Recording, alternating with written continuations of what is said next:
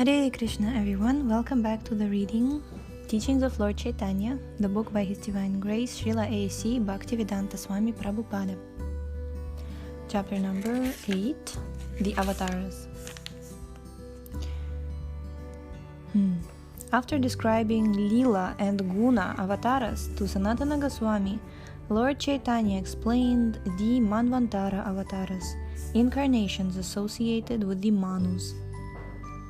He first stated that there is no possibility of counting the Manvantara avatars. 14 Manus appear in one Kalpa, or Day of Brahma, and for each Manu there is a Manvantara avatara.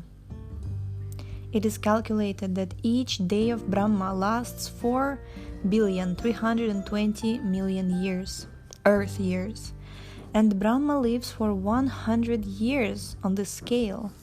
Thus, if 14 Manus appear in one day of Brahma, there are 420 Manus during 1 month of Brahma, and during 1 year of Brahma there are 5,040 Manus. Since Brahma lives for 100 of his years, it is calculated that there are 504,000 Manus manifested during the lifetime of one Brahma. Since there are innumerable universes, no one can imagine the totality of the Manvantara incarnations. Countless universes are produced by the exhalation of Mahavishnu, and thus no one can begin to calculate how many Manus are existing at one time. Each Manu is known by a different name. The first Manu is Swayambhuva, and he is the direct son of Brahma. The second Manu, Svarochisha, is the son of the predominating deity of fire. The third Manu is Uttama, and he is the son of King Priyavrata. The fourth Manu, Tamasa, is the brother of Uttama, as is the fifth Manu, Raivata. The sixth Manu, Chakshusha, is the son of Chakshus. The seventh Manu is Vaivasvata, and he is the son of the sun god. The eighth Manu is Savarni, and he is also a son of the sun god, born of a wife named Chaya. The ninth Manu, Daksha Savarni, is the son of Varsha. The 10th Manu, Brahma Savarni, is the son of Upashloka. The 4 other Manus are Rudra Savarni, Dharma Savarni, Deva Savarni, and Indra Savarni. After describing the Manu incarnations, Lord Chaitanya described the Yuga avatars to Sanatana Goswami. There are 4 yugas or millenniums: Satya, Treta, Dvapara, and Kali. And in each millennium, the Supreme Lord appears in an incarnation of a different color. In the Satya Yuga, the color of the principal incarnation is white. In the Treta Yuga, the color is red. In the Dvapara Yuga, blackish, Kṛṣṇa. And in the Kali Yuga, yellow, Chaitanya Mahaprabhu. This is confirmed in Srimad Bhagavatam 10.8.13 by the astrologer Garga Muni, who calculated Krishna's horoscope in the son of Nanda Maharaj. In the Satya Yuga, the process of self-realization was meditation, and this process was taught by the white incarnation of God. This incarnation gave a benediction to the sage Kardama, by which he obtained an incarnation of the Supreme Personality of Godhead as his son. In the Satya Yuga, everyone meditated on Kṛṣṇa, and each and every living entity was in full knowledge. In the present age, the Kali Yuga, people are not in full knowledge and are still attempting various meditative processes not recommended for this age. This is a very interesting point.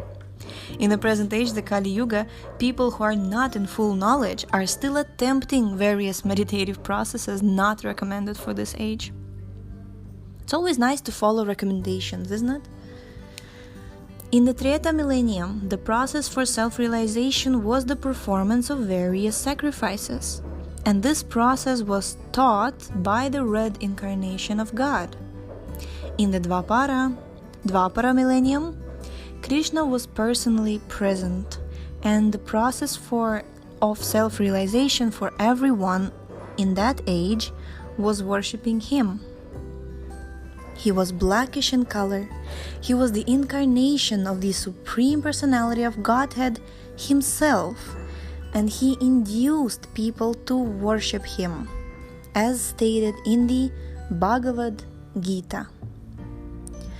Srimad Bhagavatam 11.5.29 states that in the Dvapara millennium, people generally... Oh, light is off. Hare Krishna. Okay. People generally... One second. Yeah. People generally worship the Supreme Lord Kṛṣṇa by chanting the following hymn. Chanting the following hymn. Oh, let me turn on the torch. Oh, perfect. Namaste Vasudevaya, Namah Shankarshanaya, Pradyumnaya Nirudhaya, Tubhyam Bhagavate Namaha.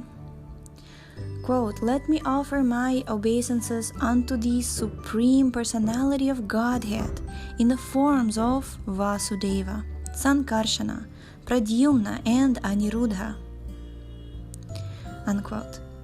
In the next millennium, the present age, Kali Yuga, the Lord is yellow, and he teaches people the process of attaining love of Godhead by chanting the names of Kṛṣṇa.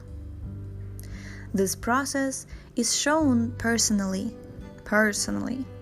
by Kṛṣṇa in the form of Chaitanya Mahaprabhu, and he exhibits love of Godhead by chanting, singing, and dancing with thousands of people following him. This particular incarnation of the Supreme Personality of Godhead is foretold in Srimad Bhagavatam 11.5.32. Krishna Varnam Tvisha Krishnam Sangopan Gastra Parshadam Yagyai Sankirtana Prayer Yajantihi Sumedashaha. Quote, in the age of Kali, the Lord incarnates as a devotee and is always chanting Hare Krishna, Krishna Krishna, Hare Hare, Hare Rama, Rama Rama, Hare Hare. Although he is Kṛṣṇa, his complexion is not blackish like Krishna's in Dvapara Yuga, but is golden. He always engages in preaching love of Godhead through the Sankirtana movement, and those who are intelligent adopt this process of self-realization. Unquote. Srimad Bhagavatam 12.3.52 also states, Kriteya dhyayato vishnum tretayam yajato makhaih dvapare paricharyayam kalautadhari kirtanat. Quote, the self-realization achieved in the Satya millennium by meditation, in the Treta millennium by the performance of different sacrifices, and in the Dvapara millennium by worship of Lord Kṛṣṇa, can be achieved in the age of Kali simply by chanting the holy names. Hare Krishna. Oh, somebody is playing somebody's playing beautiful kirtan here. This is confirmed in the Vishnu Purana 6.2.17. Dhyayan krite yajan yagyais tretayam dvaparerchayam yadapnoti tadapnoti kalausan kirtya keshavam. Quote, in this age there is no use in meditation, performance of sacrifices, or temple worship. Simply by chanting the holy name of Kṛṣṇa, Hare Krishna, Krishna Krishna, Hare Hare, Hare Rama, Rama Rama, Hare Hare, one can achieve perfect self-realization. Unquote.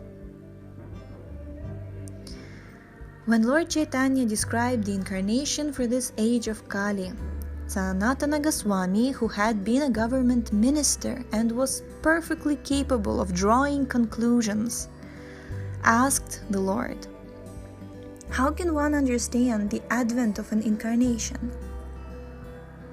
From the description of the incarnation for the Kali millennium, Sanatana Goswami could understand that Lord Chaitanya himself was that incarnation of Kṛṣṇa.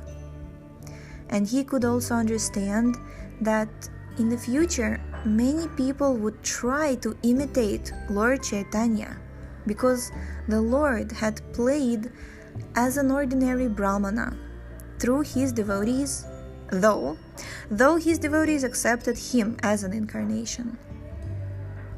Since Sanatana knew that there would be many pretenders, he asked the Lord, how can one understand the symptoms of an incarnation? Oh, that's so true. To me, like, especially as a person who deals with social media and Instagram, Facebook, YouTube, you can understand that I'm also speaking for myself. Like the last, how do you call it? Pillar of religion in Kali Yuga is honesty, right? Truthfulness. And pretending, meaning pretension, implies that you are lying and trying to be somebody you're not. So, like, it's exactly what everybody's trying to do. And everyone's miserable, but they have to fake it till they make it, but they can't make it as the Supreme Lord because they're not Supreme Lord, so it's a very, very unfortunate situation. So Sanatana Goswami, he knew there will be many pretenders, and there are many pretenders. Well, we pretend sometimes, but how long can it last, isn't it? Yeah. As one can understand the different incarnations for previous millenniums by referring to the Vedic literature, the Lord replied, one can similarly understand who is actually the incarnation of Godhead in this age of Kali. Vedic literature is the reference. That was the answer. In this way, the Lord especially stressed reference to authoritative scriptures. In other words, one should not whimsically accept a person as an incarnation, but should try to understand the characteristics of an incarnation by referring to these scriptures. An incarnation of the Supreme Lord never declares himself to be an incarnation, but his followers may ascertain who is an incarnation and who is a pretender by referring to authoritative scriptures.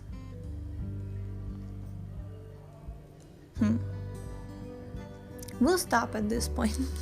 I'm being a little bit like, but my God, I just really love referring to authoritative scriptures, or at least I love to think of myself as somebody who does refer to authoritative scriptures. But I feel like we would really progress faster and deeper as a movement if we would start, like if everybody would start referring to authoritative scriptures more often. Jai. Thank you so much for tuning in today. The link to this book is in the description. Please see how nectarian it is. Read it along with us. Share it with all of your friends. And we shall see you tomorrow. Hare Krishna.